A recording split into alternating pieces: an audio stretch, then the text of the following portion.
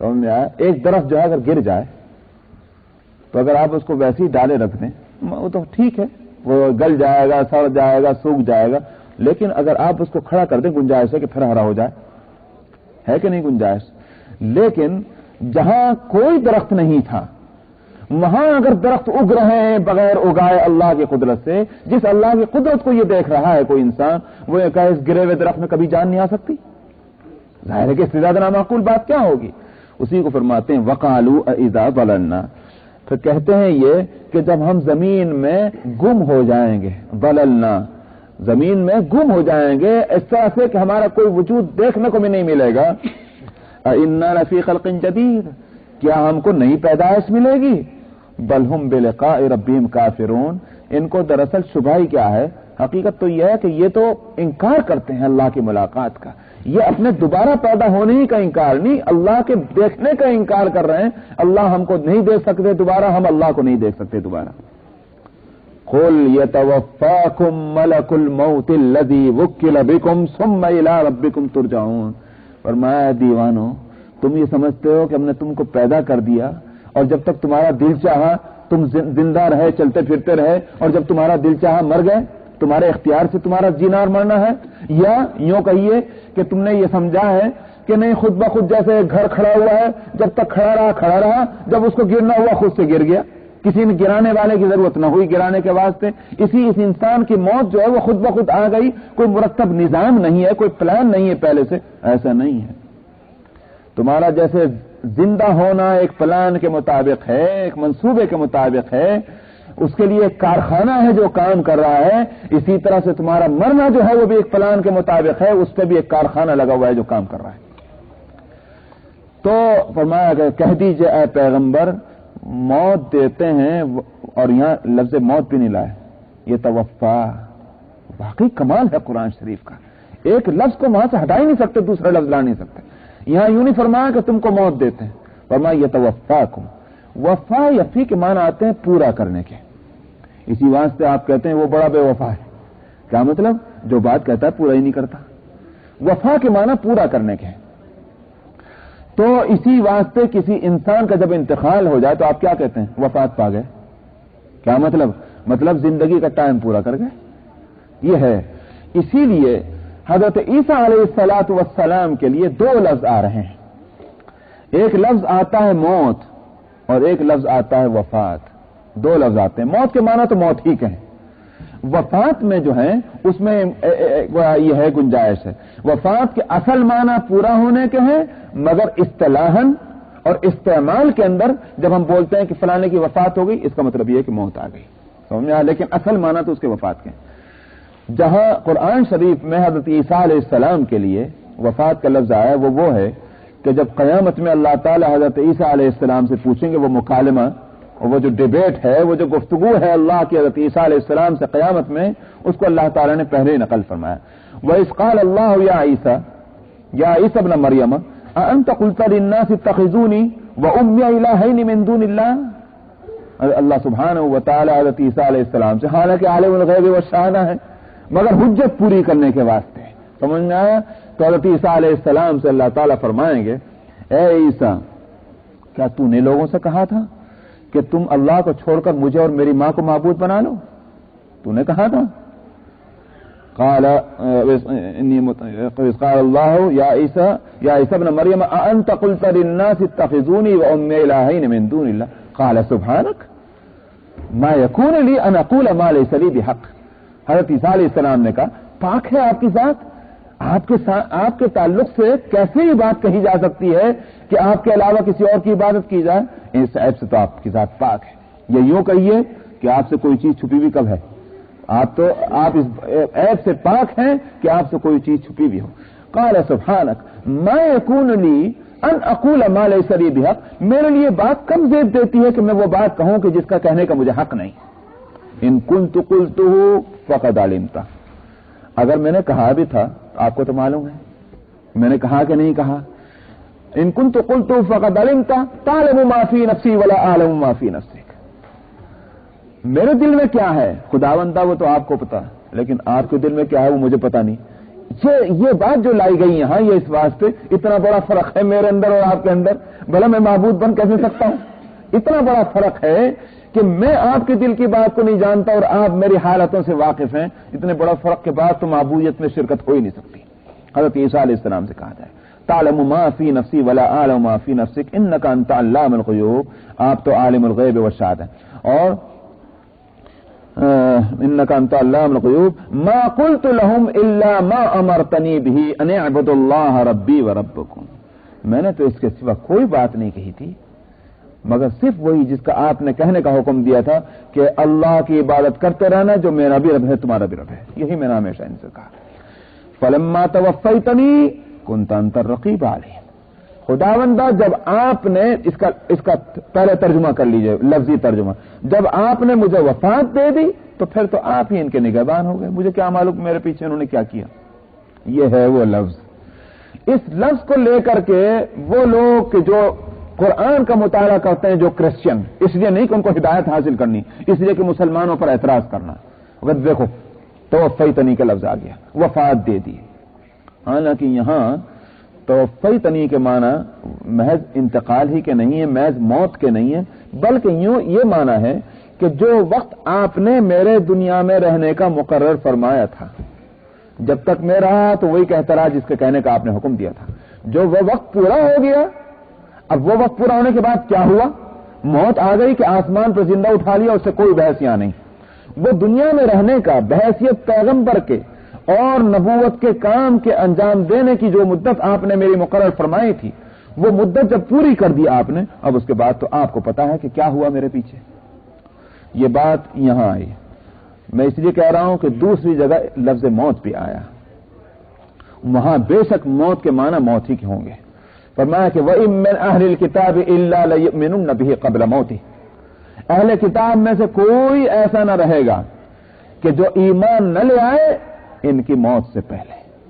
حضرت عیسیٰ علیہ السلام معلوم ہوا کہ ایک ہے دنیا میں رہنا جس کے لیے لفظ وفات آیا ہے، اور ایک ہے ان کی موت، تو وہ موت حقیقتاً آئے گی جو ابھی نہیں آئی ہے، جیسے دوسرے انسانوں کی موت ہوتی ہے کہ ایک فرشتہ آ کر کے روح نکالتا ہے، روح کا نکالنا جس کو موت کہتے ہیں، وہ موت ابھی نہیں آئی، وہ آئے گی موت۔ اور اس موت کے آنے سے پہلے حضرت عیسیٰ علیہ السلام کے فرمایا کہ کوئی بھی اہل کتاب میں ایسا نہ رہے گا جو ایمان نہ لے آئے۔ اس وقت کے اعتبار سے ظاہر ہے کہ وہ ایمان ویسا نہیں ہوگا کہ ہم خدا کے بیٹا کہہ رہے ہیں، وہ تو ایمان نہیں ہے۔ قرآن جب کہتا ہے ایمان لے آئیں گے، اس کے معنی یہ ہے کہ اللہ کو اللہ اور رسول کو رسول اللہ مان کر ایمان لائیں گے، صحیح ایمان لائیں گے، جو بنیادیں ہیں ایمان کی، ان بنیادوں کو تسلیم کرتے ہوئے ایمان لائیں گے۔ اس لیے مفسرین کا اور مسلمانوں کا کہنا یہ ہے کہ حضرت عیسیٰ علیہ السلام جب دنیا میں تشریف لائیں گے تو حدیث کی اطلاع کے مطابق ایک تو ان کی صلیب توڑی جائے گی، وہ کراس، اور دجال کا قتل ہوگا، اور خنزیر جو ہے وہ جو حرام ہے اس کی حرمت قائم ہو جائے گی، اور اسی کے ساتھ حق کا بول بالا ہوگا۔ حضرت نبی کریم صلی اللہ علیہ وسلم کی شریعت اور آپ کا لایا ہوا مذہب اور اسلام، اس کی اشاعت ہوگی، اور کوئی دنیا میں ایسا نہ رہے گا کہ جو اس مذہب کو نہ اپنا لے۔ حضرت عیسیٰ علیہ السلام وَإِن مِّنْ أَهْلِ الْكِتَابِ إِلَّا لَيُؤْمِنُنَّ بِهِ قَبْلَ مَوْتِهِ، ہدایت عام ہوگی ساری زمین میں، ہدایت کا ہی نظام قائم ہوگا، عدل اور انصاف کی ہوائیں سے۔ اس کے بعد پھر جو ہے وہ چرخہ پھر چلے گا ادھر کو، اور پھر وہ ہدایت کے اثرات کم ہونے شروع ہوں گے، اور گمراہی اور ضلالت کے اثرات پھر بڑھنے شروع ہوں گے، اور بڑھتے جائیں گے یہاں تک کہ ہدایت ناپید ہو جائے گی، اور ساری دنیا میں سکہ چلے گا ضلالت اور گمراہی کا، اس وقت قیامت آئے گی۔ تو بات یہ تھی کہ یہاں لفظ لا رہے ہیں قُلْ يَتَوَفَّاكُمْ، آپ کہہ دیجئے کہ تمہاری زندگیاں پوری کرتے ہیں، یا مقررہ وقت پر آ کر کے تمہاری زندگیوں کا فیصلہ کرتے ہیں کون؟ ملک الموت۔ کون ملک الموت؟ الذی وکل بکم، جس کو تمہارے اوپر مقرر کیا ہوا ہے، اس کو اللہ ثم الی ربکم ترجعون، پھر تم اپنے رب کی طرف لوٹتے ہو۔ ایک بات یہ ہے الذین تتوفاہم الملائکۃ ظالمی انفسہم، اور الذین تتوفاہم الملائکۃ طیبین۔ الملائکہ تتوفا وہی وفات دینا، لیکن وہاں ملائکہ جمع کا صیغہ لائے ہیں، پلورل، اس کا مطلب یہ ہے کہ کئی ہوں گے فرشتے. اور یہاں لفظ لا رہے ہیں ملک الموت، یہ ایک واحد کا صیغہ ہے ملک الموت. تو اس پر مفسرین کہتے ہیں اصل ملک الموت جو ہے وہ جس کا نام ملک الموت ہے، یا یوں کہیے کہ نام نہیں لیکن اس کا بحیثیت اس کے منصب کے یا بحیثیت عہدے کے جو اس کا نام ہے، جیسے آپ کہتے ہیں کسی کو سپروائزر، کسی کو ڈائریکٹر، سمجھ میں آیا؟ تو اسی طرح سے ایک ملک الموت وہ تو ایک ہی فرد ہے. حضرت اسرائیل جن کو کہتے ہیں ان کا نام ملک الموت ہے. لیکن جہاں تک روح کے قبض کرنے کا تعلق ہے، یہ ایک مستقل ایک نظام ہے، ایک سسٹم ہے، ایک کام ہے جس پر پورا ڈپارٹمنٹ لگا ہوا ہے فرشتوں کا، جو ملک الموت کے تحت میں ہے، ان کے اندر میں کام کرتے ہیں وہ ملائکہ. چنانچہ یہ آتا ہے حدیث میں کہ حدیث سے معلوم ہوتا ہے کہ انسان کے اوپر جو بیماریاں آتی ہیں، یہ بیماریاں جو پیش خیمہ بنتی ہیں، مقدمہ بنتی ہیں موت کا، یہ دراصل وہی کام ہے کہ جس پر فرشتے جو اسرائیل اور ملک الموت کے اندر میں جو ہیں وہی دراصل یہ تکلیفیں لے کر آتے ہیں. کیوں؟ تاکہ اس کو کشا کشا جو ہے لے کر آئیں اس مرحلے تک جہاں اس کی جان نکالی جائے گی. یہ ہے اسی واسطے حدیث میں آتا ہے کہ ملک الموت جب روح قبض کرنے کے لیے آتے ہیں تو وہ کہتے ہیں اے انسان، میں نے اپنے ہر کارے اپنے ایلچی تیرے پاس بہت پہلے سے بھیجنے شروع کر دیے تھے. کبھی تجھے بخار ہو رہا تھا، کبھی جو ہے تجھے نزلہ کھانسی تھی، کبھی تجھے درد تھا، جو بھی تکلیفیں آئیں میں بھیجتا رہتا تھا، لیکن تو نے نہیں سنا. تو غفلت میں ہی رہا اور تو نے ہوش سے کام نہیں لیا. اب میں آ گیا ہوں، اب میرے بعد کوئی نہیں آئے گا تجھے اب کوئی انتظار کی مدت اب کوئی نہیں ہے. اب تک تو تھا، ایک مہلت تھی، تو جاگتا تو جاگ جاتا، لیکن اب میں آ چکا ہوں، میرے بعد اب کوئی وقت نہیں ہے کہ تجھے مہلت دی جائے اور اس کے بعد روح قبض کر لیتے ہیں. تو یہ فرشتے جو ہیں جو ملک الموت کے اندر میں ہیں، وہ ان فرشتوں کی تعداد نہیں معلوم کتنی ہے، اور وہ مقرر ہیں تاکہ انسان کی باڈی کو تیار کر لیں اس وقت کے لیے کہ جس وقت ملک الموت آ کر کے روح قبض کرتے ہیں. ہاں، وہ سارے مرحلے جب پورے ہو جائیں اور ٹھیک روح کا بدن سے نکلنے کا مرحلہ ہے، اسی وقت ملک الموت اسرائیل آتے ہیں اور روح نکال لیتے ہیں. وہ کام جو ہے اسرائیل ہی کرتے ہیں. چنانچہ ایک موقع پر ایک حدیث میں حضرت اسرائیل نے عرض کیا، حضرت اسرائیل ایک صحابی کا انتقال ہو رہا تھا، نبی کریم صلی اللہ علیہ وسلم تشریف رکھتے تھے. نبی کریم صلی اللہ علیہ وسلم نے فرمایا حضرت ملک الموت کو، اے ملک الموت، میرے صحابی کے ساتھ نرمی کا معاملہ کرنا جان نکالنے وقت. تو ملک الموت نے کہا یا رسول اللہ مطمئن رہیے، میں آپ کی امت کے ہر فرد کے ساتھ نرمی کا معاملہ کرتا ہوں. اور اس کے بعد انہوں نے کہا کہ یا رسول اللہ، میں ہر انسان کو دن میں 5 ٹائم دیکھتا ہوں، دن میں 5 ٹائم دیکھتا ہوں، اور میں ہر ایک سے نام بنام اور اس کی کیا حالت ہے میں اس سے واقف ہوں. تو اور مگر مجھے اللہ کی طرف سے جب حکم ملتا ہے روح قبض کرنے کا، میں روح قبض کرتا ہوں اس کی. اور فرمایا کہ ورنہ میرے اختیار میں کچھ نہیں ہے، میں اپنے اختیار سے ایک مچھر کی بھی جان نہیں نکال سکتا. اللہ تعالیٰ کا جیسا حکم ہوتا ہے جس وقت کے لیے ہوتا ہے میں اسی وقت نکالتا ہوں. تو یہ مطلب یہ ہے کہ میرے بس میں جو کچھ ہے، اگر میرے بس میں سب ہوتا تو میں تو جان بھی نہ نکالتا آپ کی امت کے لوگوں کی، یہ مراد ہے. مگر اللہ کا حکم ہے، ان کے حکم کے مطابق. ایک حدیث میں یہ بھی آتا ہے کہ ملک الموت کے لیے پوری دنیا کی مثال ایسی ہے کہ جیسے ایک پلیٹ میں آپ کے سامنے کچھ دانے رکھ دیے جائیں، تو اس میں سے آپ کے لیے کچھ دانہ اٹھانا مشکل ہے کیا؟ نہیں، آپ جون سے دانہ بھی اٹھانا چاہیں اس پلیٹ کے اندر سے آپ اٹھا سکتے ہیں. دائیں سے اٹھائیں، بائیں سے اٹھائیں، بیچ سے اٹھائیں، آپ اٹھا لیں گے. اور تو اور آپ نے دیکھا ہوگا بعض علاقوں میں تو لوگ اس طرح کھاتے ہیں یوں کر کے، سمجھا پوری پلیٹ میں سے پورا ہاتھ گھما کر کے، تو وہ سب طرف کے جو ہے وہ چاول جو ہے سمیٹ کر کے ایک ہاتھ میں آتے ہیں. ٹھیک اسی طرح سے ملک الموت کا حال ہے کہ ملک الموت کے لیے سارے اس پوری جو زمین کے اندر پھیلی ہوئی مخلوق کے لیے پہنچنا اور جان نکالنا اور ہر ایک کے حال سے کہ کس کی جان نکلنی اور کون کہاں ہے کوئی مشکل بات نہیں ہے. تو یہ ملک الموت سب کی روح قبض کرنا. یہاں مسئلہ یہ آتا ہے، ایک بات یہ بھی کہتے ہیں، بات مفسرین یہ بحث بھی کرتے ہیں کہ ملک الموت صرف انسانوں کی روح قبض کرتے ہیں یہ انسانوں کے علاوہ اوروں کی بھی ہے۔ وہ حدیث جو ہے جو میں نے ابھی سنائی کہ میں ایک مچھر کی بھی جان نہیں قبض کر سکتا، اس سے تو اس طرف اشارہ ہے کہ ملک الموت ہر جاندار کی روح نکالتے ہیں۔ بعض اور احادیث بھی اس کی تائید کر رہی ہیں، لیکن مفسرین کا بعض روایتوں کی بنیاد پر، روایتوں سے جو بات سمجھ میں آتی ہے اس سے اس طرف ان کا ذہن گیا ہے کہ صرف انسان کی روح جو ہے ملک الموت نکالتے ہیں، انسان کی تعظیم اور اس کی بڑائی اور اس کی شرافت کی اور بزرگی کی وجہ سے، اس کے شان کے اونچا ہونے کی وجہ سے۔ باقی اور مخلوقات جو ہیں ان کے لیے ملک الموت نہیں آتے، ان کا وقت مقرر ہے، بس اتنے دن ان کو زندہ رہنا، اس کے بعد وہ خود بخود مر جاتے ہیں، ان کی روح خود نکل کر کے آسمانوں پر چلی جاتی ہے، ملک الموت نہیں آتے۔ ملک الموت انسانوں کی روح کو نکالنے کے لیے آتے ہیں، کیونکہ انسان کا مقام بہت اونچا ہے، ان کے لیے ملک الموت کو بھیجا جاتا ہے۔ یہ بات کا کہنا ہے، واللہ اعلم۔ تو قل یتوفاکم، آپ کہہ دیجئے کہ وفات دیتے ہیں تم کو ملک الموت، کہ جن کو تمہارے اوپر مقرر کیا گیا ہے، تو مقرر ہے فرد اور وقت مقرر ہے، اس کے مطابق تمہاری جان نکلتی ہے۔ جب اس سارے منصوبے پلان کے مطابق ہیں تو بھلا تم کو کیسے ویسے ہی چھوڑ دیا جائے گا؟ ثم الی ربکم ترجعون، پھر تم آخرکار اپنے رب کی طرف لوٹ کر جاتے ہو۔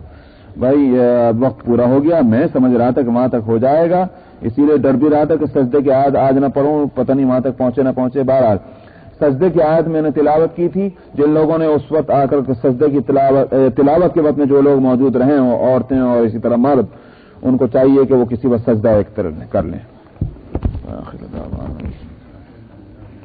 کون ہدایت دے سکتا ہے اس کو جس کو اللہ بے راہ کر دے؟ معلوم ہوا کہ اس معاملے میں بھی اللہ کی طرف لو لگائی جائے، اے اللہ تو ہدایت دے دے۔ اگر بیمار سورہ السجدہ تلاوت آج آیت نمبر 18 سے اور تفسیر انشاءاللہ آیت نمبر 12 سے ہے۔ اعوذ باللہ من الشیطان الرجیم، بسم اللہ الرحمن الرحیم، افمن كان مؤمنا كمن كان فاسقا لا يستوون، أما الذين آمنوا وعملوا الصالحات فلهم جنات المأوى نزلا بما كانوا يعملون، وأما الذين فسقوا فمأواهم النار كلما أرادوا أن يخرجوا منها أعيدوا فيها وقيل لهم ذوقوا عذاب النار الذي كنتم به تكذبون، ولنذيقنهم من العذاب الأدنى دون العذاب الأكبر لعلهم يرجعون، ومن أظلم ممن ذكر بآيات ربه ثم أعرض عنها إنا من المجرمين منتقمون، ولقد آتينا موسى الكتاب فلا تكن في مرية من لقائه وجعلناه هدى لبني إسرائيل،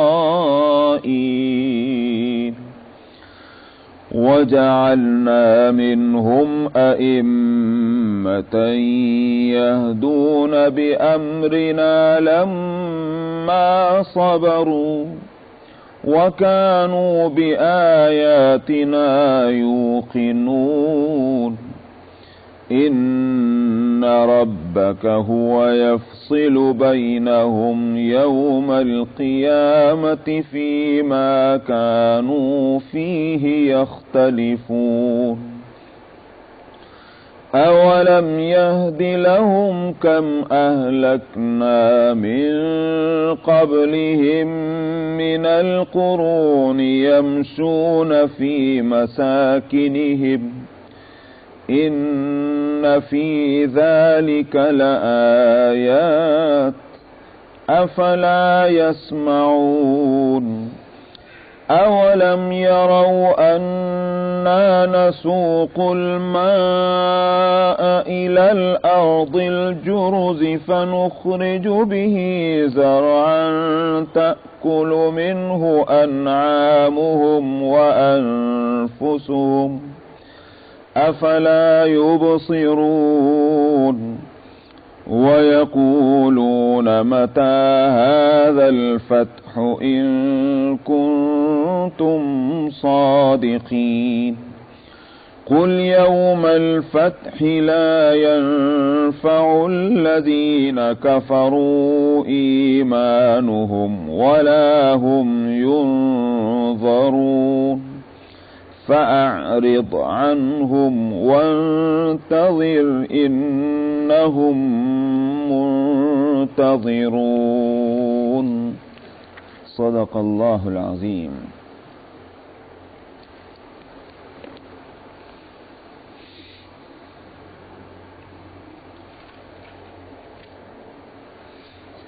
گزشتہ آیتوں میں اللہ سبحانہ و تعالی نے انسان کو اس کی حقیقت یاد دلائی ہے کہ ہم نے انسان کو اور اس کی نسل کو گندے پانی کے خلاصے سے پیدا کیا، بنایا اور نہایت حسین شکل اور صورت اور جسم دے کر اس کو دنیا میں بھیجا، اور ہم نے اپنی روح اس میں پھونکی کہ جس کی وجہ سے اس کا درجہ اس عالم میں بڑھ گیا۔ وَجَعَلَ لَكُمُ السَّمْعَ وَالْأَبْصَارَ وَالْأَفْئِدَةَ، یہ خاص الفاظ ہیں کہ جس پہ غور کرنے کی ضرورت ہے۔ فرمایا کہ ہم نے تمہارے لیے کان بنائے، آنکھیں بنائیں اور دل بنائے۔ یہ ذرائع ہیں علم کے، آنکھ سے دیکھ کر علم حاصل ہوتا ہے، کان سے سن کر علم حاصل ہوتا ہے، اور دل تو اس میں اصل کار فرما ہے۔ اگرچہ علم کے ذرائع جو ہیں جن ذریعوں سے علم حاصل ہوتا ہے ان میں سونگنے کی قوت بھی ہے، چکھنے کی قوت بھی ہے، قوت شامہ کہتے ہیں سونگنے کی قوت کو، اور قوت ذائقہ کہتے ہیں چکھنے کی قوت کو، اور قوت لامسہ کہتے ہیں چھونے کی قوت کو۔ یہ حواس اور یہ قوتیں بھی علم حاصل کرنے کا ذریعہ ہیں، مگر اتنا محدود ہے ان کا عمل کہ اس لیے ان کو شمار میں نہیں لایا گیا۔ زیادہ علم حاصل ہوتا ہے انسان کو دو ذریعوں سے، ایک تو آنکھ کے دیکھنے سے، آپ دیکھتے ہیں کتابیں پڑھتے ہیں تو ظاہر ہے کہ آنکھیں تو اس میں کام کرتی ہیں، جو کچھ دنیا میں ہو رہا ہے آپ کی آنکھوں کے سامنے جو واقعات ہو رہے ہیں تو وہ آنکھوں ہی سے تو دیکھے جاتے ہیں۔ تو علم کے حاصل کرنے کا بہت بڑا ذریعہ جو ہے وہ یہ آنکھیں ہیں، قوت بینائی جس کو شمار کیا جائے گا، قابل لحاظ ہے یہ ذریعہ۔ اس سے کہیں وسیع دائرے میں کام کرنے والی قوت علم کے حاصل کرنے کے تعلق سے یہ کان ہے، اس لیے کہ کتابوں سے تو پھر بھی ایک لمیٹڈ علم حاصل ہوتا ہے، استاذ کی لیکچر سے اور اسی طرح سے جو گزشتہ واقعات ہو چکے ہیں کہ جن کو ہم آنکھوں سے آج نہیں دیکھ سکتے، مثال کے طور پر قوم عاد، قوم سمود اور اسی طرح سے قوم لوط اور قوم نوح پر کیا گزری، ہم کہاں دیکھ سکتے ہیں ان واقعات کو، ان کو سن سکتے ہیں۔ تو گزشتہ ماضی کے واقعات، صدیوں پہلے کے، آنے والے گویا قیامت تک کے واقعات، ان کا علم جو ہو سکتا ہے وہ کانوں کے ذریعے سے ہو سکتا ہے، آنکھوں کے ذریعے سے نہیں۔ تو کانوں کے ذریعے سے علم کے حاصل کرنے کا دائرہ آنکھوں سے علم حاصل کرنے کے دائرے کے مقابلے میں بہت زیادہ وسیع ہے، اسی لیے یہاں السمع کو پہلے لائے اور الابصار کو بعد میں لائیں کہ وجعل لکم السمع والابصار۔ تو آنکھوں سے دیکھتا ہے اور کانوں سے سنتا ہے، اور اس کے بعد یہ دل جو ہے افئدہ فؤاد کی جمع ہے، دل کہا گیا، لیکن دراصل اس سے مراد ہے انسان کی وہ اندرونی صلاحیت کہ جس سے کام لے کر کے کانوں سے حاصل ہوا علم، آنکھوں سے حاصل ہوئے علم میں کو جو ترتیب دیتا ہے، ترتیب دے کر کے اس سے جو ایک فیصلے کی راہ پر وہ پہنچتا ہے کہ بھئی کون سا صحیح ہے کون سا غلط ہے۔ انسان کئی راستے دیکھ رہا ہے، دیکھنے کے بعد اس میں سے چوز کرتا ہے، منتخب کرتا ہے کہ بھئی کون سے راستے پر مجھے چلنا ہے۔ یہ انتخاب کس نے کیا؟ یہ اندرونی صلاحیت جو اللہ سبحانہ و تعالی نے انسان کو دی ہے، اس صلاحیت اور راستے ہیں جو ان سے جائیں، لیکن آپ فیصلہ کرتے ہیں کہ میں کون سے راستے سے کس وقت جا کر کے، رش آور ہیں تو آپ سوچیں گے کہ بھائی میں اگر ہائی وے سے گیا تو پھنس جاؤں گا، آپ جو ہیں دوسرے راستے سے جا رہے ہیں۔ یہ فیصلہ کون کر رہا ہے؟ ظاہر ہے کہ آپ کے دل نے فیصلہ کیا۔ کئی راستے آپ کے سامنے کھلے ہوتے ہیں، ان میں سے ایک کو آپ سے دیکھو، بابصیرت رہو، اندھے بن کر زندگی نہ گزارو۔ کان اسی لیے دیے تھے کہ حق کی بات کو تم سنو اور اندھے بن کر نہ رہو۔ دل اس لیے دیا تھا کہ تم حق کی باتوں کے بارے میں فیصلہ کرو، جانوروں کی طرح تم دنیا میں زندگی نہ گزارو۔ اگر تمہارے دل کا بھی کام اتنا ہی رہ گیا جتنے جانوروں کے دلوں کا کام ہے کہ وہ بھی کیا سوچتے ہیں، بھئی کھا لیں، بھوک لگ گئی تو کھا لیں، پیاس لگ گئی تو سمجھ میں آیا، اور اگر ان کو ذرا سا ان کا بدن تھک گیا تو لیجیے انہوں نے دو چار انگڑائیاں لے لیں، اور کہیں کھڑے ہو تو بیٹھ گئے اور بیٹھے تو لیٹ گئے، اور انہوں نے سو لیا، اور اس کے بعد جب صبح اٹھی پھر اٹھ گئے، وہ صبح ہوئی تو۔ اگر جانوروں کی زندگی اور ان کے دل کے فیصلے اپنی زندگی کے بارے میں جیسے ہیں، اگر تمہارا دل بھی صرف اتنے ہی فیصلے کرنے کا کام کر رہا ہے، کیا فرق ہوا؟ تمہیں ہم نے ہے وہ مراد وَجَعَلَ لَكُمُ السَّمْعَ وَالْأَبْصَارَ وَالْأَفْئِدَةَ، یہ فرمایا قَلِيلًا مَا تَشْكُرُونَ۔ ان نعمتوں کی قدر کرنے والے تو تھوڑے ہی ہیں۔ ایک مخلوق ہے اللہ کی جس سے زمین پٹی پڑی ہوئی ہے، لیکن جانوروں کی جیسی زندگی تو گزار رہے ہیں۔ کتنے ہیں وہ لوگ کہ اللہ کے اپنی ذات کے تعلق سے ان نعمتوں پر نظر کریں اور ان نعمتوں کا اللہ کے سبحانہ و تعالیٰ کی بارگاہ میں حق ادا کرنے کی کوشش کریں۔ یہ ہے وَجَعَلَ لَكُمُ السَّمْعَ وَالْأَبْصَارَ وَالْأَفْئِدَةَ قَلِيلًا مَا تَشْكُرُونَ۔ اس کے بعد فرمایا تھا کہ یہ انسان عجیب بات ہے، یا تو جانوروں کی زندگی گزارتا ہے کہ اپنے مقصد حیات سے بے خبر، کس نے اس کو پیدا کیا، کیوں پیدا کیا، ادھر نظر ہی نہیں جاتی، اور یا پھر اگر کچھ اٹھتا ہے اوپر تو اتنا اوپر اٹھ جاتا ہے کہ المیہ کے مقابلے میں جا کھڑا ہو جاتا ہے، خدائی کا دعویٰ اور نبوت کا دعویٰ یہ سب کچھ کرنے لگتا ہے انسان، گویا اپنے اس مقام پر ٹھہرنے کو تیار نہیں کہ جو اللہ نے اس کو دے رکھا ہے۔ اسی میں سے یہ بات بھی ہے کہ اللہ نے ہم کو پیدا کر دیا، اب دوبارہ ہم کہاں سے پیدا ہوں گے؟ مر جائیں گے، گل جائیں گے، سڑ جائیں گے، مٹی میں مل جائیں گے، تو دوبارہ کیسے ہم زندہ ہوں گے؟ اس پہ شک اور شبہ کرتا ہے۔ یہ بھی دراصل اسی قبیل کی بات ہے کہ انسان اپنی حیثیت کو بھلا رہا ہے، کیسے یہ دنیا میں آیا، اگر اس پر نظر ہو تو دوبارہ زندہ ہونے کا مسئلہ اس کے لیے اہم نہیں رہتا۔ یہاں جو قول ان کا نقل کیا وَقَالُوا أَإِذَا ضَلَلْنَا فِي الْأَرْضِ أَإِنَّا لَفِي خَلْقٍ جَدِيدٍ، یہ یوں کہتے ہیں کہ کیا جب ہم گم ہو جائیں گے زمین کے اندر تو کیا پھر ہم نئی گویا پیدائش ہم کو ملے گی؟ یہ ان کو تعجب تھا۔ قرآن پاک نے یہاں اس کا جواب نہیں دیا، یوں نہیں کہا کہ تم غلط کہتے ہو، یوں نہیں کہا کہ بھئی اس لیے تم اس بات پر نظر کرو جس سے کہ تم کو سمجھنا آسان ہو جائے کہ دوبارہ زندہ کیے جاؤ گے۔ قرآن یہاں کچھ نہیں کہتا، قول نقل کرتا ہے۔ بعض دفعہ قول نقل کرنا اور جواب نہ دینا معلوم ہے کیا کس بات کی دلیل ہوتی ہے؟ اس بات کی دلیل ہوتی ہے کہ یہ بات جواب کے قابل ہی نہیں ہے۔ یہی صورت یہاں ہے کہ تم اگر خود غور کرو تو تمہارا یہ کہنا خود نامعقول بن جائے تمہارے اپنے حساب سے بھی۔ کیوں؟ وجہ اس کی یہ ہے کہ جو کہا گیا اِنَّا،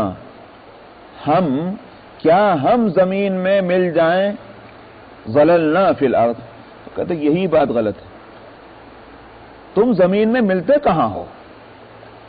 یہ تم اور ہم اور آپ اور وہ، یہ جو الفاظ بولے جاتے ہیں غور کیجئے تو یہ کس کے لیے بولے جا رہے ہیں؟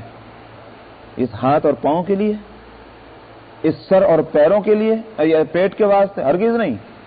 اگر یہ بات ہے تو اگر ڈاکٹر صاحب کسی کے آپریشن کر کے ہاتھ کاٹ دیں تو پھر کیا آپ اس کو، وہ اپنے آپ کو ہم نہیں کہہ سکتا؟ آپ اس کو آپ نہیں کہہ سکتے؟ پھر بھی تو کہیں گے نا۔ تو معلوم ہوا کہ وہ انا کا لفظ اور انتم کا لفظ اور نحنو کا لفظ، یہ عربی میں اور اردو کے اندر آپ اور ہم اور وہ اور تو، یہ سارے الفاظ ہاتھ کے لیے نہیں تھے، ورنہ ہاتھ کٹ جانے کے بعد نہ تم کہہ سکتے ہیں نہ ہم کہہ سکتے ہیں۔ سمجھ میں آئی نہیں بات؟ اگر سارے جسم کے مختلف حصے بھی کاٹ دیجئے پھر بھی ہم کہے گا وہ اپنے آپ کو، اور آپ اس کو تم کہیں گے اور آپ کہیں گے۔ معلوم ہوا کہ بدن کے ان اعضاء میں سے کسی عضو پر لفظ ہم اور تم جو ہے وہ صادق نہیں آتا۔ اتنا ہی نہیں بلکہ آپ کہیں گے چلیے جسم کے یہ ٹکڑے ہیں، ان کو کاٹ دینے سے ممکن ہے کہ پھر بھی ہم کہہ سکیں نہیں، پورا جسم سر سے لے کر پیر تک، اس کو بھی ہم نہیں کہتے۔ یہی وجہ ہے کہ اگر یہ ہم اور تم کا لفظ جس ذات کے لیے بولا جا رہا ہے، کسی کا انتقال ہو جائے تو وہ باڈی تو پوری موجود ہے۔ ابا جان اور اماں جان جن کو لاڈ اور پیار تھا اس سے، اپنے بیٹے اور بیٹی سے، اس کا جسم تو اب بھی موجود ہے۔ اگر جسم کا نام ذات ہے جس پر ہم اور تم کا لفظ بولا جائے تو وہ جسم تو اب بھی موجود ہے۔ کہیں کو وہ محبت جو ہے وہ پھر اب یہ فیصلہ کرتی ہے کہ اس کو لے جا کر دفن کر دیجئے۔ کیوں دفن کرتے ہیں اس کو؟ اس کا جسم تو موجود ہے۔ اگر محبت اس کے جسم سے تھی تو کیوں لے جا کر دفن کر رہے ہیں؟ معلوم ہوا کہ دراصل محبت ذات کے ساتھ تھی، اور ذات اس جسم کا نام نہیں ہے، ذات کسی اور چیز کا نام ہے۔ وہ ذات جو ہے اس کے اندر سے نکل گئی ہے۔ جب ذات نکل گئی اب یہ خالی جسم ہے، مکین نکل گیا، مکان رہ گیا۔ سمجھ میں آیا؟ ہماری محبت جو تھی مکین سے تھی، اسی کو ہم ذات کہتے ہیں، اور اسی کے لیے ہم اور تم اور آپ اور وہ کا لفظ بولا جاتا ہے۔ وہ ذات نکل چکی ہے، وہ مکین نکل چکا، مکان خالی ہے۔ مکان خالی کا کیا قیمت رہ جاتی؟ جب یہ بات ہے کہ ذات جو ہے انسان کی، جس کے لیے لفظ ہم بول رہے ہیں یہ انا، وہ ذات مٹی میں نہیں ملتی۔ آئی بات سمجھ میں؟ نہیں، وہ نہیں ذات ملتی۔ وہ ذات تو اس مٹی میں، اس جسم کو گاڑنے سے پہلے وہ ذات اس میں سے نکل چکی ہوتی ہے، تب لے جا کر اس باڈی کو جو ہے لے جا کر آپ زمین میں دفن کر دیتے ہیں۔ جب مٹی میں ذات ملی ہی نہیں تو پھر کیوں کہتے ہو کہ ہم مٹی میں ملے؟ اِذَا ظَلَلْنَا فِي الْأَرْضِ، جب ہم مٹی میں مل جائیں گے تو ہم مٹی میں مل جائیں گے کہ لفظ ہی غلط ہو گیا۔ آئی بات سمجھ میں نہیں آئی؟ اس بات کا پہلا مقدمہ غلط۔ اِنَّا لَفِي خَلْقٍ جَدِيدٍ، یہ جو دوسری بات کہہ رہے ہیں، جب پہلی بات غلط تو دوسری بات خود بخود غلط ہو جائے گی، اس لیے کہ ذات جس پر ہم کا لفظ بولا جا رہا ہے وہ بحال ہی باقی ہے، وہ فنا نہیں ہوئی، وہ مٹی میں نہیں ملی۔ اب رہ گیا یہ کہ اس کو یہ باڈی ملی تھی جیسے ہمارے رہنے کے لیے مکان، یہ حیثیت تھی اس باڈی کی۔ جس اللہ نے اس ذات کے واسطے ایک دفعہ مکان مہیا کر دیا تو اس اللہ کے واسطے اسی ذات کے لیے دوسرا مکان مہیا کرنا مشکل ہے۔ زمین کے جن اجزاء کو اللہ نے اپنے حکم سے سمیٹ کر کے یہ جسم کی شکل دی جو اس ذات کے واسطے مکان ہے، تو کیا اللہ کے لیے اب یہ قدرت نہیں کہ اسی باڈی کے جو اجزاء اس زمین میں مل گئے ہیں انہی اجزاء کو پھر حکم دیں کہ سمٹ کر چلے آؤ، پھر دوبارہ مکان بننا ہے اس ذات کے لیے کہ جو ذات پہلے اس مکان میں رہتی تھی؟ کیا مشکل ہے؟ ہم تو رات دن مکان بدلتے رہتے ہیں، سمجھ میں آیا؟ 2 سال میں 3 سال میں مکان بدل دیتے، تو کیا ہماری شخصیت بدل جاتی ہے؟ ہرگز نہیں۔ اگر ہم کبھی اسکوکی کے گھر میں رہتے ہوں اور اس کے بعد چلے جائیں ہم ولا پارک کے یا لومبارڈ میں، تو کیا ہماری شخصیت بدل جائے گی؟ ہماری ذات بدل جائے گی؟ ہرگز نہیں۔ ذات ایک بعین ہی باقی رہتی ہے۔ تو اس لیے قیامت میں یہی ذات اٹھ کر آئے گی۔ ہاں اب رہ گیا یہ کہ دنیا میں اس کو ایک جسم دیا گیا تھا اس کے لیے بطور مکان کے، آخرت میں بھی اس کو ایک جسم دے دیا جائے گا بڑی آسانی کے ساتھ، ذات وہی رہے گی، ذات زمین میں نہیں ملتی اور نہ فنا ہوتی ہے، اس لیے صبح ہی غلط ہے، اس لیے جواب نہیں دیا گیا کہ تم خود سوچ لو تم کیا بات کہنے جا رہے ہو۔ تو وقالوا اذا ضللنا فی الارض انا لفی خلق جدید، کہا جو کہ آگے بل هم بلقاء ربهم کافرون، یہ بات تو قابل شبہ تھی ہی نہیں، یہ جو پیدا ہونے والی بات ہے قیامت کے دن، یہ قابل شبہ نہیں۔ اصل بات جو ہے وہ یہ ہے کہ ان کا دل ہی نہیں چاہتا اس بات کو ماننے کے واسطے کہ ہم دنیا میں زندگی آزادی کے ساتھ نہ گزاریں، قید و بند کے ساتھ، کچھ پابندیوں کے ساتھ گزاریں، اور ان پابندیوں میں سے سب سے بڑی پابندی ہمارے اوپر اس بات کی ہو کہ یوں کرو اور یوں نہ کرو، اس لیے کہ تم کو ہر چیز کا جو ہے جواب دینا پڑے گا اللہ کے یہاں۔ دراصل یہ پابندی قبول کرنے کو تیار نہیں، اس لیے فرمایا بل ہم بلقاء ربہم کافرون۔ واقعہ تو یہ ہے کہ یہ اپنے رب سے ملنے کا انکار کرتے ہیں، یعنی اس بات کا اقرار کرنے کو تیار نہیں، کیونکہ پھر پابندیاں قبول کرنی پڑتی، یہ پابندیاں ان کو گوارا نہیں اللہ کی طرف سے۔ یہ ہے اصل مسئلہ، ورنہ دوبارہ زندہ ہونے کا مسئلہ تو اتنا اہم ہے ہی نہیں کہ جس کو نہ مانا جائے۔ اسی واسطے اس کے بعد قل یتوفاکم ملک الموت الذی کہا گیا تھا کہ بھائی یہ جو جہاں تک تمہاری موت کا مسئلہ ہے، اس کی حقیقت بھی ایسی نہیں ہے کہ جیسے سمجھ لیجئے کہ گھڑی چل رہی ہے، اس میں بیٹری لگی ہوئی ہے، سمجھ میں آیا؟ یہ جو کوارٹز کی جو گھڑیاں آتی ہیں اس میں بیٹری سیل لگا ہوا ہے، جب تک سیل میں جان ہے بیٹری چل رہی، وہی کیا نام گھڑی چل رہی، اور جہاں وہ سیل ختم جو ہے گھڑی جو ہے رک گئی۔ انسان کی زندگی کی یہ صورت نہیں ہے کہ یہ خود بخود جا کر جو ہے اس کی گاڑی رک جائے، اس کے اندر کا سیل ختم ہو گیا لہذا لیجیے صاحب یہ رک گئی اس کی گاڑی، نہیں، ایسا نہیں۔ ہماری طرف سے ایک نظام مقرر ہے، وہ جو ذات ہے، وہ شخصیت ہے جس کے لیے انا اور انتم اور نحنو کا لفظ بولا جا رہا ہے، ہم اور تم، وہ ذات، اس ذات کو اس بدن سے، اس مکان سے نکالنے کے لیے ہماری طرف سے فرشتہ مقرر ہے، وقت مقرر وہ پر پہنچتا ہے اور وہاں سے اس مکین کو اس مکان کے نکال کر لے آتا ہے، یہ ہے اس کی حقیقت۔ تو اس سے زیادہ یہ سمجھنا کہ جس طرح سے گھڑیاں رک جاتی ہیں اور گاڑی چلتی رک جاتی ہے، یہی حالت انسان کی زندگی کی ہے، وہ صورت نہیں ہے، ایک نظام ہے مرتب اور جو ہمارے حکم سے چلتا ہے۔ وَلَوْ تَرَىٰ إِذِ الْمُجْرِمُونَ نَاكِسُو رُءُوسِهِمْ عِندَ رَبِّهِمْ، فرمایا اے مخاطب، اے پیغمبر، کاش آپ دیکھیں جس وقت یہ مجرم اپنا سر جھکائے کھڑے ہوں گے اللہ سبحانہ و اپنے رب کے سامنے، ناکسو رؤوسہم عند ربہم، سر جھکا کر کون کھڑا ہوتا ہے؟ ہمارے ہاں مجھے واقعہ یاد آیا، ہمارے استاذ تھے حضرت مولانا حسین احمد صاحب مدنی رحمۃ اللہ علیہ، بڑے بزرگوں میں گزرے ہیں، تو حدیث کا ہم نے بخاری شریف انہی سے پڑھی، وہ شیخ الحدیث تھے اس زمانے میں۔ ہمارے یہاں جلسہ ہوا کرتا تھا، انعامی جلسہ اس کو کہتے تھے، ہر سال ہوتا ہے، اب بھی ہوتا ہے۔ تو جو طلباء امتحان سالانہ میں پاس ہو جاتے ہیں ان کو انعام دیا جاتا تھا، دیا جاتا ہے اب بھی، اور وہ انعام کتابوں کی شکل میں۔ تو وہ سوال اس کا نہیں کہ انعام جو ہے اس کی قیمت کیا ہے، اصل تو یہ کہ انعام انعام ہے۔ تو اس میں جس کے جتنے نمبر اچھے آتے، رزلٹ جتنا اچھا ہوتا، اتنا ہی اس کا انعام بھی، اس کی گویا حیثیت بڑھتی جاتی تھی۔ ہمارے یہاں یہ ایک نظام ہے۔ مثلا کسی کے اگر 50 جو ہے مارکس میکسیمم ہیں، تو اگر 5 کتابوں کے اندر اس کے 50 آ گئے تو اعلیٰ درجے کا اس کو انعام مل رہا ہے، اور اگر وہ کہیں فیل ہو گیا ایک آدھ کتاب میں تو اس کے امتحان جو اس کے انعام تو ملے گا اس کے، اگر 4 کتابوں میں پاس ہے، ایک میں فیل ہے تو ملے گا، مگر ساتھ میں یہ بتا دیتے تھے تو کہ بھئی یہ فلاں کتاب میں فیل ہے۔ تو اور انعام تقسیم کرنے والے جو ہوتے تھے وہ تو نہیں بتایا کرتے تھے، مگر حضرت مولانا حسین احمد صاحب رحمۃ اللہ علیہ بڑی تفصیل سے بتایا کرتے تھے کہ صاحب مثال کے طور پر عبداللہ سلیم، اب عبداللہ سلیم اٹھ کے چلے وہاں سے انعام لینے کے لیے، بخاری شریف میں اتنے نمبر، ترمذی میں اتنے نمبر، وہ فنا ایک ایک نمبر بتاتے ہو۔ اب جن جو طلبہ کو مزاج معلوم تھا حضرت مولانا کہ وہ تو نام بتائیں گے، تو جس کا نمبر کم ہوتے تھے کسی کتاب میں وہ گردن جھکا کر یوں آیا کرتے تھے، ہاں اسی لیے گردن جھکا کر آ رہے ہیں کہ ان کے فلانے کتاب میں نمبر کم ہیں۔ اور اگر کوئی ذرا اچھی طرح یوں کر کے چل کے آتا، یہ سینہ تان کر اس لیے آ رہے ہیں کہ ان کے ساری کتابوں میں نمبر اچھے ہیں۔ تو یہ لوگ ہنسا کرتے تھے، ایک قہقہے لگتے تھے اس میں۔ واقعہ یہ ہے کہ عدالت میں اور فیصلے کی جگہ میں گردنیں کس کی جھکتی ہیں؟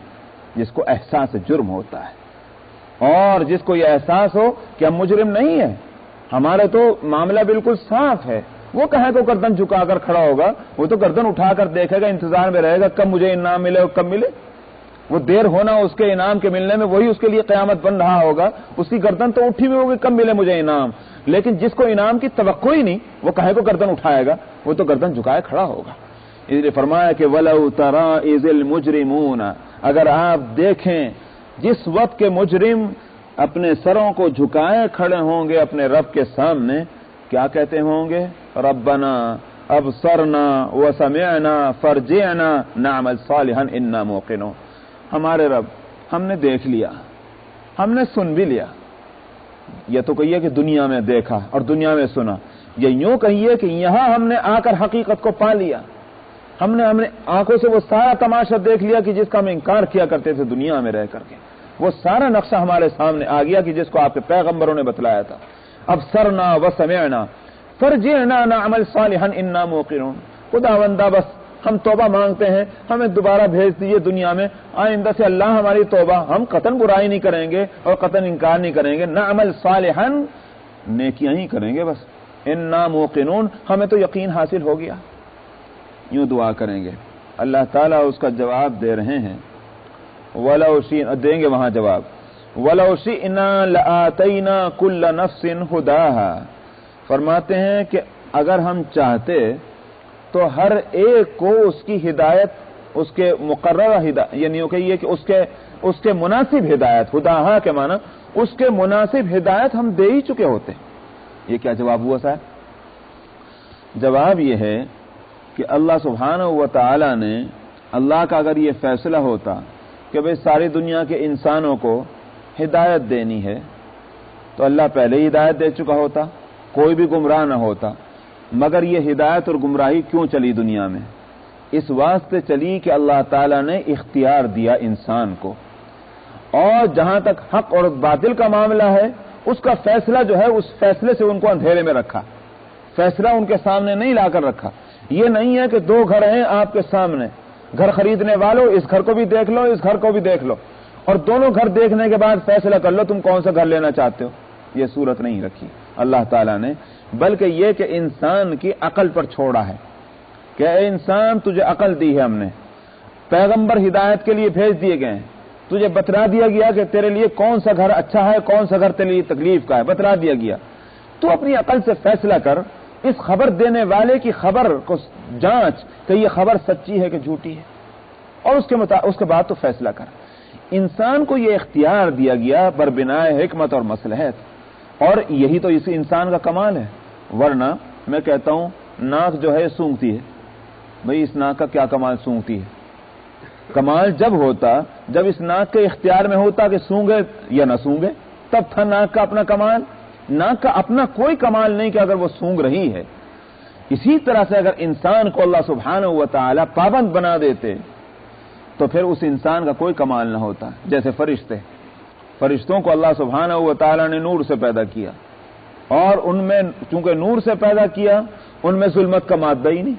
جو نافرمانی جو ظلمت کا تقاضا ہے, ظلمت کی وجہ سے انسان نافرمانی کرتا ہے یا کوئی بھی نافرمانی کرتی, ان میں نور ہے, نور سے پیدا کیے گئے, ان میں ظلمت کا مادہ ہی نہیں, تو کہاں سے نافرمانی کریں گے؟ اس لیے فرمایا کہ لا یعصون اللہ ما امرہم ویفعلون ما یؤمرون. یہ اللہ کی ذرے برابر نافرمانی نہیں کرتے, وہی کرتے ہیں کہ جس کے کرنے کا ان کو حکم دیا جاتا ہے. ان میں مادہ ہی نہیں نافرمانی کرنے کا, نور ہی مخلوق ہے. لیکن یہ ان فرشتوں کو اسی واسطے تو خلافت نہیں دی گئی. خلافت جو اس پوری کائنات کے اندر سب سے بڑا مرتبہ ہے اللہ سبحانہ و تعالی کے بعد, وہ فرشتوں کو نہیں ملا. حالانکہ وہ تو نورانی مخلوق تھی, فرمانبردار تھی, مگر چونکہ ان کا درجہ اس لیے اونچا نہیں ہے کہ ان کو اختیار نہیں دیا گیا. وہ نافرمانی کرنا چاہیں, یہ ہو ہی نہیں سکتا کہ نافرمانی کرنا چاہیں, ان کے دل میں خیال ہی پیدا نہیں ہو سکتا نافرمانی کرنے کا, اس لیے کہ وہ نورانی مخلوق ہے. تو پھر ان کا درجہ, ان کی حیثیت کیا ہو گئی؟ جیسے ناک سونگتی. تو ناک کا سونگنا جو ناک کے اپنے اختیار میں ہے ہی نہیں, اسی لیے ناک کا کمال بھی نہیں. اسی طرح سے فرشتے اگر فرما برداری کرتے ہیں ان کا کوئی کمال ہی نہیں. اسی لیے نبی کریم صلی اللہ علیہ وسلم نے حضرات صحابہ رضی اللہ عنہ سے پوچھا, ایکم اعجب ایمانا, تم میں سے کس کا ایمان سب سے زیادہ عجیب ہے؟ عرض کہ یا رسول اللہ, انبیاء علیہ السلام کا ایمان سب سے زیادہ عجیب ہے. عجیب سے مراد ان کے نزدیک یہ تھی کہ قابل قدر, قابل احترام اور لائق ریسپیکٹ جو ہے وہ ایمان کس کا؟ عرض کہ یا رسول اللہ انبیاء کا ایمان سب سے عجیب ہے۔ فرمایا کہ ان کا ایمان کیسے عجیب ہوگا؟ بھئی ان پر تو خود وحی آ رہی ہے، وہ معجزات ان کے ذریعے سے ظاہر ہو رہے ہیں، وہ اگر ایمان نہ لائیں گے تو پھر کون ایمان لائے گا؟ عرض کیا خداوندہ پھر فرشتوں کا ایمان جو ہے وہ قابل بڑا عجیب ہے۔ فرمایا کہ وہ نہ ایمان لائیں گے جو ہر وقت اللہ سبحانہ و تعالیٰ کی قدرتوں کا مشاہدہ کرتے ہیں اور عالم غیب ان پر واشگاف ہے، وہ بھی اگر ایمان